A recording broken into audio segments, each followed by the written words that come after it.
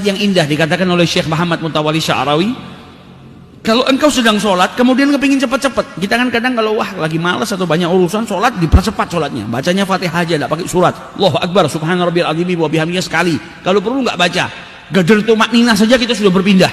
Subhanallah, Sami Allah liman hamidah, Subhanallah, Allahu Akbar, cepat-cepat. Ketika kita sedang cepat-cepat dalam sholat, maka pikirkan dalam benakmu yang kau inginkan saat ini dan yang kau inginkan di masa mendatang. Itu yang ngabulkan adalah zat yang saat ini kau berada di hadapannya. Kau ini sedang berada di hadapan Allah. Allah itu yang akan memberikan keinginanmu. Kau cepat-cepat untuk apa? Karena ada pedagang yang ngasih kau rezeki saat ini ada di hadapanmu. Kalau dia nggak mau, kau nggak dikasih. Kalau dia nggak mau bantu engkau, rezekimu ditutup, yang kau nggak dapat apa-apa. Kau kepingin hidup bahagia, kebahagiaanmu di masa datang ada di tangan Allah Subhanahu wa Ta'ala yang saat ini kau berada di hadapannya.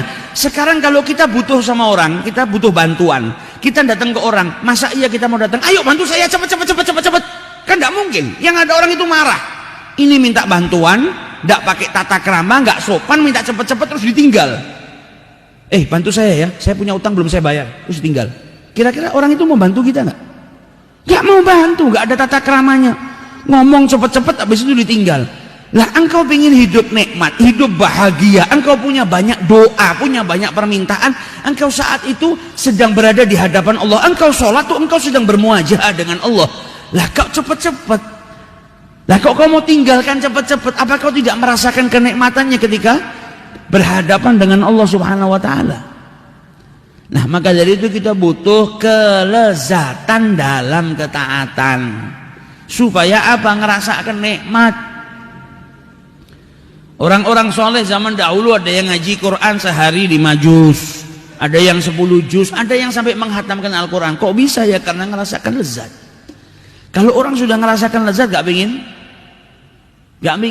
berpisah dari ketaatan yang sedang dia lakukan. Ada yang bangun malam sholat sampai 1000 rakaat. Kok bisa ya? Karena ngerasakan lezat. Kalau lezatnya sudah dirasakan, maka dia akan nyaman dalam perbuatan tersebut. Sama kalau kita ngerasakan lezatnya apa? Zaman sekarang orang kalau baca berita di sosial media kan ngerasakan lezat. Kadang duduk sampai 5 jam nggak kerasa. Duduk 2 jam 3 jam di satu tempat nggak bergerak.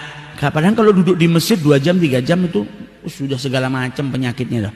Anyang-anyangan, pegel semua. Padahal sama. Justru masjid ini karpetnya enak, itu pencahayaannya bagus, ada AC-nya dingin. Kalau dia duduk di luar, duduk di atas kayu nggak enak, panas.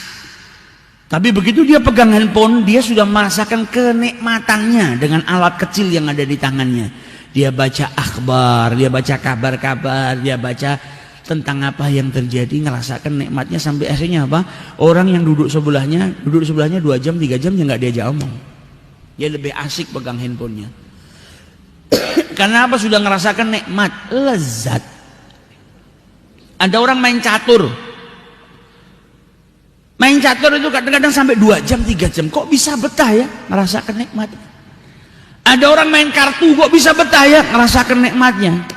Ada orang main game online tuh, ada orang main game online kadang masuk jam 1 siang, keluar besok paginya jam 1 siang lagi, 24 jam gak gerak depan game. Kenapa? Ngerasakan nikmat, asyiknya main. Nah, kita butuh dalam ketaatan ngerasakan nikmatnya, ngerasakan lezatnya, supaya apa? Bisa berlama-lamaan dalam ketaatan kepada Allah karena sudah merasakan kenikmatannya. Caranya bagaimana? Salah satunya dengan mencintai Nabi Muhammad Sallallahu Alaihi Wasallam. Jadi mencintai beliau adalah salah satu daripada sarana yang menjadikan kita bisa mendapatkan halawatul iman. Sebagaimana disabdakan oleh Rasul Sallallahu Alaihi Wasallam, diriwayatkan oleh Al Imam Al Bukhari dan Muslim, Thalathun man kunna fihi wajada halawatul iman. Ada 3 hal yang kalau ada pada salah seorang, pada diri salah seseorang, maka dia akan mendapatkan halawatul iman, kenikmatan atau manisnya keimanan. Yang pertama apa? Ayakunallah wa rasulahu ahabba ilaihi mimma siwahuma. yaitu Allah dan Rasulnya lebih ia cintai daripada apapun. Jadi yang paling dia cintai, nggak ada yang melebihi kecintaannya kepada Allah dan Rasulnya. Kalau kita sudah bisa menerapkan ini, kita akan merasakan halawatul iman. Allahu Akbar, Allahu Akbar, panggilan untuk bermuajahah kepada Allah. Cintanya kepada Allah melebihi daripada apapun. Mau ada pelanggan, mau ada harta, mau ada kerjaan, saya dipanggil dengan kekasih saya. Yang paling saya cintai Allah, berarti waktu perjumpaan dengan Allah adalah waktu yang saya nantikan, waktu yang paling indah, waktu yang lebih nikmat daripada waktu apapun. Dipanggil sama Allah langsung di mihrabnya, Allahu Akbar, ngerasakan nikmat sudah. Karena apa? Sudah menjadikan Allah kecintaannya.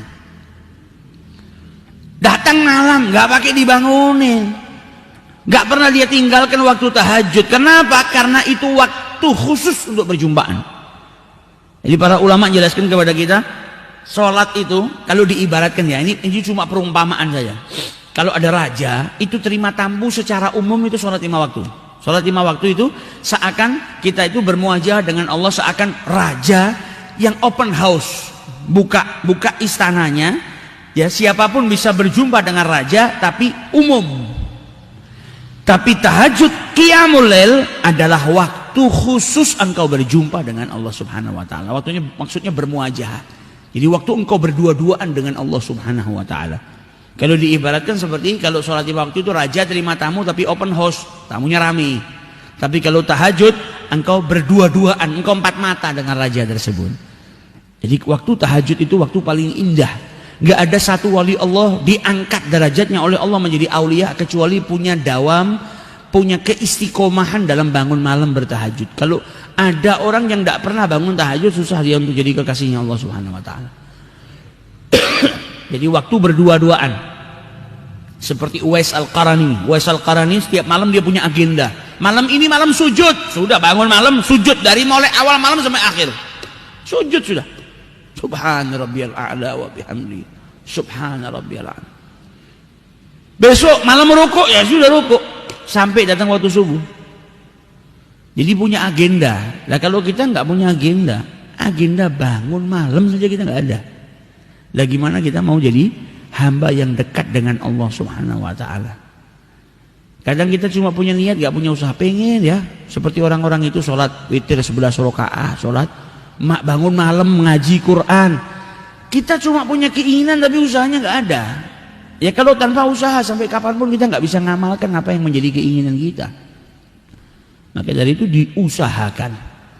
Minimal kalau memang nggak bisa, wah saya susah banget kalau bangun malam.